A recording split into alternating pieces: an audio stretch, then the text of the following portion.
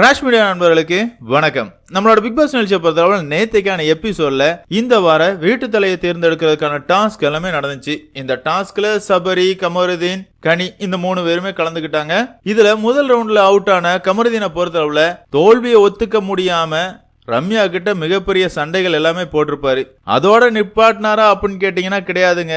Fashion show எல்லாமே நடந்து முடிஞ்சதுக்கு அப்புறமா மறுபடியும் பிக் பாஸ் வீட்டுக்குள்ள வந்து மிகப்பெரிய கலவரத்தை பண்றாரு. மீனவ சமுதாயத்தை இழிவா பேசுற மாதிரி பேசுறாரு. ரம்யாவை படு கேவலமா பேசுறாரு. ஆதிரியாவை பொறுத்தளவு நீ எல்லாம் கேவலமானவ அப்படிங்கிற மாதிரி பேசுறாரு. ரொம்பவே அநாகரிகமா எல்லை மீறி பேசுறாரு அப்படின்னே சொல்லலாம். அதாவது பல பேர் வந்து ஒருத்தவங்க மேல இருக்கிற வெறுப்புனால அடுத்தவங்க பண்ற தப்ப கவனிக்கவே மாட்டீங்க. அதாவது ரம்யா நடிக்கிறா அப்படிங்கிற மாதிரி பல பேர் சொல்றாங்க. அதெல்லாம் ஓகே தான், அவங்க மயக்கம் போட்டுறது கூட நடிப்பா இருக்கட்டும். என்னதான் இருந்தாலும் பெண்களை இவ்வளவு இழிவா அகங்காரத்தோட கையாளுற ஒரு ஆணை ஒரு ஹீரோவெல்லாம் பார்க்க முடியாதுங்க. அவன் ஒரு கோமாளி தான். என்ன பொறுத்தளவுல கமருதீன் அப்படிங்கிறவன் வெறும் ஒரு கோமாளி மட்டுமே. அப்படி அந்த கோமாளி நேற்று ராத்திரி என்னெல்லாம் பண்ணா அப்படிங்கறத இந்த வீடியோல பார்க்க போறோம். வீடியோக்குள்ள போறதுக்கு முன்னாடி நம்ம சேனலுக்கு நீங்க புதுசா இருந்தீங்க அப்படின்னா மறக்காம சப்ஸ்கிரைப் பண்ணிருங்க. வாங்க வீடியோக்குள்ள போலாம். அதாவது கமருதீனை பொறுத்தளவுல முதல் வாரத்திலேயே பல கேவலமான வேலைகளை பண்ணா. திவாகர பைத்தியம், லூசு, மெண்டல்னு சொன்னதா இருக்கட்டும், அவரை பாடி ஷேமிங் பண்ற மாதிரி உருளைன்னு கூப்பிட்டதா இருக்கட்டும், ஒரு சின்ன சண்டை வந்தா கூட அடிக்க பாயிற மாதிரி திவாகரை தள்ளி விட்டதா இருக்கட்டும், இப்படி அவன் பண்ண கிரைம் ரேட் ரொம்பவே அதிகம். ஆனா இந்த வாரம் நாமினேஷன்ல வந்த உடனே அப்படியே பொட்டி பாம்பா அடங்கிட்டான். திவாகர் கிட்ட அன்பா பேசுறான், பார்வதி கிட்ட போய் பேசுறான், கெமி கிட்ட போய் பேசுறான், நான் ரொம்ப நல்லவன் அப்படிங்கிற மாதிரி ஒரு சீனை கிரியேட் பண்றான். அதுக்கப்புறமா மாஸ்க் டாஸ்க்ல வின் பண்றான். வின் பண்ண உடனே இந்த வாரம் நாமினேஷன் ஃப்ரீ பாஸ் கிடைச்சிருச்சு. தொடங்குடா உன்னோட ஆட்டத்தை அப்படிங்கிற மாதிரி அவனோட ரியல் கேரக்டருக்கு திரும்பி வந்துடுறான். அதுக்கப்புறமா இந்த வார வீட்டு தலையை தேர்ந்தெடுக்கிறதுக்கான டாஸ்க் நடக்குது. இந்த டாஸ்கை பொறுத்தளவுல இதெல்லாம் ஒரு டாஸ்காடா, கனியை ஜெயிக்க வைக்கிறதுக்காக இவ்வளோ கேவலமா டாஸ்க் வைக்கிறீங்களா அப்படிங்கிற மாதிரி நம்ம பிக் பாஸ் டீமையே திட்டிக்கிட்டு இருக்கும்போது அந்த டாஸ்க்ல கூட விளையாடுறதுக்கு தகுதி இல்லாத ஒருத்தன் தான் கமருதீன் அப்படிங்கறத அவனே நிரூபிச்சிட்டான். ஆமாங்க, அவனோட உருவ பொம்மை மேல முதல் கத்தி ரம்யா குத்துறாங்க. அந்த நேரம் அதை கூட ஏத்துக்க முடியாம ரம்யாவை எப்படி வம்பளுக்கலாம் அப்படிங்கிற மாதிரி, நீ நடிக்கிற, அண்ணன் கூப்பிடுறதெல்லாம் போலியா இருக்குது அப்படிங்கிற மாதிரி பிரச்சனையே கிளப்புறான். பொதுவாவே தமிழ்நாட்டுல எந்த பொண்ணா இருந்தாலும் தெரியாதவங்க நம்மளை விட ஒரு வயசு அதிகமா இருந்துச்சுன்னா அண்ணன் தாண்டா கூடுவாங்க. அந்த பேசிக் சென்ஸ் கூட இல்லையாடா? ரம்யாவை பொறுத்தளவுல எனக்கு ஒரு குடும்பம் வேணும் அப்படிங்கறதுக்காக தான் நான் பிக் பாஸ் வீட்டுக்குள்ள வந்தேன் அப்படிங்கறது நடிப்பா இருக்கலாம், ஓட்டுக்காக இருக்கலாம், எதுவா வேணாலும் இருக்கலாம். ஆனா அண்ணன்னு கூப்பிடக்கூடாது, அண்ணன் கூப்பிட்டா போலியா இருக்கிறது அப்படிங்கறதெல்லாம் ஏத்துக்கவே முடியாதுடா அப்படிங்கிற மாதிரி தான் இருந்துச்சு. அது மட்டும் இல்லாம அவன் பேசுற பாடி லாங்குவேஜ் பாருங்களேன், என்னமோ அந்த பொண்ணை அடிக்க போற மாதிரியும் இல்லனா அந்த பிள்ளை என்னமோ ஸ்லேவ் மாதிரியும் இவன் பேசுறது ரொம்பவே அநாகரிகமா இருந்துச்சு.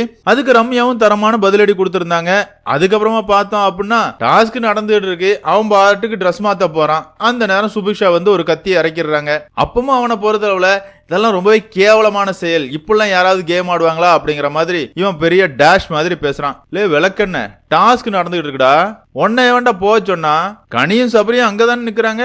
நீ உன்னோட கேம் லூஸ் பண்ணிட்டு அடுத்தவங்க மேல கோவத்தை கட்டுறதுனால ஏதாவது பலன் இருக்கா? எதுவும் கிடையாது. அதுக்கப்புறமா அந்த இடத்துல என்ன சொல்றான், ரொம்ப கேவலமா கேம் ஆடுறீங்க, எல்லாமே நாடகமா இருக்கு, நான் பாத்ரூம் போறேன், இப்ப எவன் குத்தணுமோ குத்திட்டு போங்க அப்படிங்கிற மாதிரி திமுறா சொல்லிட்டு போற.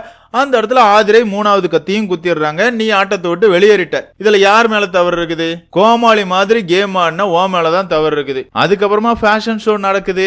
ஃபேஷன் ஷோ முடிஞ்சு வந்த உடனே கேமராவை பார்த்து புலம்பிட்டு இருக்கான். பாத்தீங்களா மக்களே, எனக்கு அநியாயம் நடக்குது, எவ்வளவு கேவலமா கேம் ஆடுறாங்க பாத்தீங்களா, நான் பாத்ரூமுக்கு போயிருக்கும் போது என்ன அவுட் ஆக்கிட்டாங்க, கத்தி வச்சு குத்துறாங்க, இந்த வீட்டுல ஃபேவரிட்டிசம் நடக்குது, குரூப்பிசம் நடக்குது, அநியாயம் நடக்குது, நீங்க தான் பார்க்கணும் அப்படிங்கிற மாதிரி கேமரா பார்த்து புலம்புறான். ஏதோ ஒரு லூசு பைத்தியம் புலம்பிட்டு போகுதுன்னு நம்ம நினைச்சுக்கலான்னு வைங்களாம் இத கூட.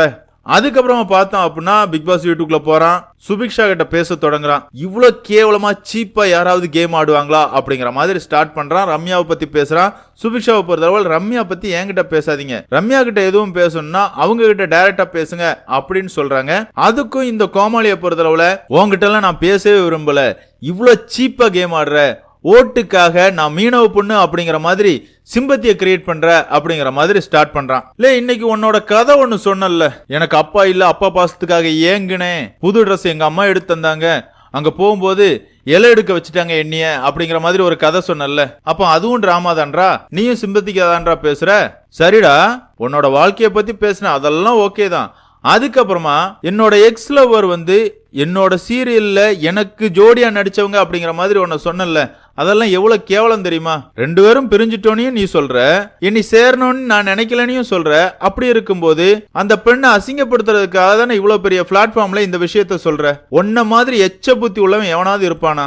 எவனும் இருக்க மாட்டான். அதாவது இவன் சொல்றதெல்லாம் கரெக்ட், இவன் சொன்ன உண்மை, மத்தவங்க சொல்றதெல்லாம் நடிப்பு, நாடகம், ஓட்டுக்காக பேசுறாங்க, சிம்பத்திக்காக பேசுறாங்க அப்படிங்கிற மாதிரி பேசுவான். இந்த இடத்துல சுபிக்ஷாவை பொறுத்தளவுல இதுக்கு மேல பேசினா உனக்கு மரியாதை கெட்டு போகும் அப்படிங்கிற அளவுக்கு தரமான பதிலடி கொடுக்குறாங்க.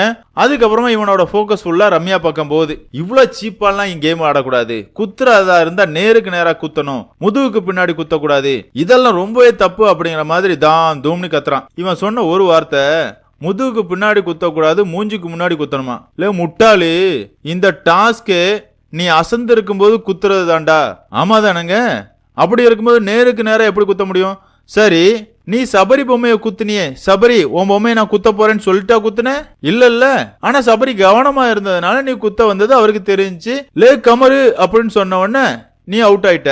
என்னடா நீ பண்ணா சரி, அடுத்தவங்க பண்ணா தப்பாடா அப்படிங்கிற மாதிரி தான் இருந்துச்சு. இருந்தாலும் இந்த இடத்துல நீ போலியா இருக்கிற, நீ நடிக்கிற அப்படிங்கிற மாதிரி ரம்யா கிட்ட தொடர்ந்து சண்டை போடுறான். ஒரு கட்டத்துல என்கிட்ட பேசுறதுக்கு உனக்கெல்லாம் தகுதியே இல்ல அப்படிங்கிற மாதிரி ரம்யா கிட்ட பேசுறான். உடனே ரம்யாவுக்கும் கோவம் வந்துருது. யாருக்கு தகுதி இல்ல, உனக்கு என்னடா தகுதி இருக்கு என்கிட்ட பேசுறதுக்கு, உனக்கு தாண்டா தகுதி இல்ல அப்படிங்கிற மாதிரி ரம்யாவும் பேசுறாங்க. அந்த இடத்துல கமருதீன் வந்து நீ போலியா நடிக்கிற, டிராமா பண்ற, சிம்பத்திக்காக தான் எல்லாம் பண்ற அப்படிங்கிற மாதிரி சொல்றாரு. உடனே அதுக்கும் ரம்யாவை பொறுத்தளவுல சரி நான் என்ன வேணாலும் பண்ணிட்டு போறேன், உனக்கு என்ன, உன் வேலையை பார்த்துட்டு போடா அப்படிங்கிற மாதிரி தரமான செருப்படியை கொடுத்து விடுறாங்க. அதுக்கப்புறமாவும் அடங்குவான இவன் அடங்கல, ஆதிரை கிட்ட போய் சண்டை இழுக்கான். அதாவது எவ்வளவு கேவலமா சீப்பா கேம் ஆடுறீங்க, உங்களோட கேமே கேவலமா இருக்கு, நீங்களே கேவலமானவங்க அப்படிங்கிற மாதிரி பேசுறான். ஆதிரையும் தரமான செருப்படி கொடுக்குறாங்க. நீ தான் கேவலமா ஆடுறடா, உன்னோட உருவ பொம்மையை பாதுகாக்க வேண்டியது உன்னோட பொறுப்பு, நீ பாட்டுக்கு உன் வேலையை பார்க்க போனேன்னா அடுத்த வந்து குத்த தான் செய்வான். இது ஒரு கேம் புரிஞ்சுக்காம விளையாடுறது நீ தான் அப்படிங்கிற மாதிரி ஆதிரை சொல்றாங்க. அந்த இடத்துல கமருதீனை பொறுத்தளவுல பாத்ரூம் போயிருக்கும் போது யாராவது கேம் ஆடுவாங்களா? இதெல்லாம் ரொம்ப தப்பு. நீங்க எல்லாம் குரூப்பிசம் பண்றீங்க, ஃபேவரிட்டிசம் பண்றீங்க. நான் ஜெயிச்சு உழைச்சு வீட்டு தலைவர் டாஸ்க்கு விளையாட வந்திருக்கேன், மத்தவங்களுக்குலாம் நீங்க ஓட்டு போட்டு வர வச்சிருக்கீங்க, நான் உழைச்சு வந்திருக்கேன், என்னோட உழைப்பை வேஸ்ட் படுத்திட்டீங்க அப்படிங்கிற மாதிரி கடந்து கத்திக்கிட்டு இருக்கான். ஆனா இவன் 3 பேர்ட்டையும் சண்டை போடுறதுக்கு இடையில கொளுத்தி போடுறது யாரு அப்படின்னு பார்த்தோம்னா பார்வதி. வினோத்தை பொறுத்தளவு நிப்பாட்டுறா, தகுதி இல்லைன்னா பேசக்கூடாதுரா, தப்பா போயிருண்டா, நிப்பாட்டுறா அப்படிங்கிற மாதிரி வினோத் வந்து கமருதீனை சமாதானப்படுத்துறதுக்கு நிறையவே முயற்சி பண்றாரு. இருந்தாலும் இவன் அடங்கவே இல்லை. நான் இப்படிதான் பேசுவேன் மச்சான், நான் உண்மையதான் பேசுவேன் மச்சான், என் மேல எந்த தப்பும் இல்ல, நான் கஷ்டப்பட்டு வந்தேன், ஆணையா போனேன்னு பேசுறான். நமக்கெல்லாம் பார்க்கும்போது இரிட்டேட் ஆகுது. இன்னொரு சைட் பார்த்தோம் அப்படின்னா பார்வதியை பொறுத்தளவுல உன் மனசுல இருக்கிறதெல்லாம் கொட்டிடுறா, இதுதான் சரியான நேரம், உன் மனசுல என்ன இருக்கோ பேசு, இப்பதான் பேச முடியும், எல்லாரும் நடிக்கிறாங்கடா, எல்லாரும் ஃபேவரட்டிசம் பண்றாங்களா அப்படிங்கிற மாதிரி எவ்வளவு கொளுத்தி போட முடியுமோ, எவ்வளவு கொம்பு சீவி விட முடியுமோ அவ்வளவு கொம்பு சீவி விடுறாங்க. ஒரு கட்டத்துல வினோத்குமார் வந்து கமருதீனை சமாதானப்படுத்தி வெளியே கூட்டு போறாரு. அங்க போய் அரோரா கிட்ட போய் கடால போட்டுக்கிட்டு இருக்கான். அதாவது அரோரா தான் இன்னைக்கு கமருதீனோட துணி எல்லாம் துவைச்சாங்களாம். துவைப்பாங்கல்லப்பா, உன்னை பொறுத்தளவுல பகல் பொண்டாட்டி பார்வதி, ராத்திரி பொண்டாட்டி அரோரா. இத நம்ம சொல்லலங்க, இதுக்கு 3மே ஒன்னா உட்காந்து அப்படிதான் பேசிக்கிட்டு இருக்குது. அப்படி இருக்கும்போது உன் துணியை அவ துவைச்சு போடுவா, அதுக்காக அடுத்தவன் பார்த்துட்டு இருக்க முடியுமாப்பா? உண்மையாவேங்க கமருதீனோட கேரக்டர் ரொம்பவே ஒஸ்டான கேரக்டர். ஒரு சீரியல்ல ஹீரோவை பண்ணிருக்கான், அந்த சீரியல்ல அவன் நல்லவனா நடிச்சான், அதனால அவனுக்கு ஆதரவு இருந்துச்சு. அதே ஆதரவை பிக் பாஸ் நிகழ்ச்சிக்குள்ள கொண்டு வராதீங்க. பிக் பாஸ் வீட்டுக்குள்ள எவன் எப்படி விளையாடுறானோ அவனுக்கு மட்டுமே உங்களோட ஆதரவு கொடுங்க. இவனுக்கெல்லாம் இந்த அளவு ஆட்டம் போடுறதுக்கு மக்கள் தான் காரணம். மக்களை பொறுத்தளவுல ஒருத்தனை பிடிச்சு போச்சு அப்படின்னா அவன் என்ன பண்ணாலும் சரின்னு நினைக்கிறாங்க. அந்த மென்டாலிட்டியை கொஞ்சம் மாத்துங்க. அப்பனாதான் இப்படிப்பட்ட ஆட்கள் நம்ம தப்பு பண்ணா மக்களுக்கு பிடிக்காது, மக்கள் தரமான செருப்படி கொடுப்பாங்க அப்படிங்கிற எண்ணம் இவனுக்கு எல்லாம் வரும். உண்மையாவே இவனை பொறுத்தளவுல ஒரு கர்வத்துல தான் ஆடிக்கிட்டு இருக்கான். என்னதான் பாரு இவனை தூண்டி விட்டாலும் வார்த்தைகள் இவன் வாயிலிருந்து தான் வருது.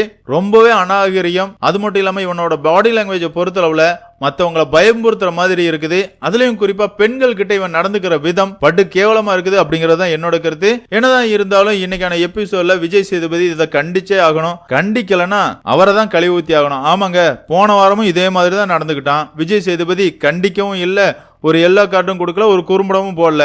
அதாவது திவாகர் கிட்ட சண்டை போட்டான் அப்படிங்கிற மாதிரி விட்டுலாம். ஆனா இந்த வாரத்தை பொறுத்தளவுல பிக் பாஸ் வீட்டுல இருக்கிற 3 பெண்களை பயமுறுத்துற மாதிரி பெரிய சண்டை போட்டிருக்கான், கேவலமா பேசியிருக்கான், மீனவ சமுதாயத்தை இழிவுபடுத்தியிருக்கான், பிக் பாஸ் வீட்டுக்குள்ள இருக்கிற போட்டியாளரான ரம்யாவுக்கு தகுதி இல்ல அப்படிங்கிற வார்த்தையை சொல்லியிருக்கான். ஒரு ஆளுக்கு தகுதி இல்லைன்னு சொல்றதுக்கு எவனுக்குமே தகுதி இல்ல. இவனை பொறுத்தளவுல நம்ம விஜய் டிவி ப்ராடக்ட், நமக்கு எதிராக எவனும் எதுவும் பேச மாட்டான் அப்படிங்கிற திமிர்ல தான் இவன் பேசிட்டு இருக்கான். அதற்கான பதிலடியே இன்னைக்கு விஜய் சேதுபதி கொடுப்பாரா இல்லனா மக்கள் கிட்ட விஜய் சேதுபதி வெறுப்பை சம்பாதிக்க போறாரா அப்படிங்கறதெல்லாம் நம்ம பொறுத்து இருந்தா பார்த்தாகணும். என்னதான் இருந்தாலும் பிக் பாஸ் ரசிகர்களான உங்களை பொறுத்தளவுல கமருதீனை பத்தி நீங்க என்ன நினைக்கிறீங்க அப்படிங்கறத கமெண்ட்ல மென்ஷன் பண்ணுங்க. இந்த வீடியோ உங்களுக்கு பிடிச்சிருந்தா லைக் பண்ணுங்க, ஷேர் பண்ணுங்க, மறக்காம சேனலை சப்ஸ்கிரைப் பண்ணுங்க. Thank you friends.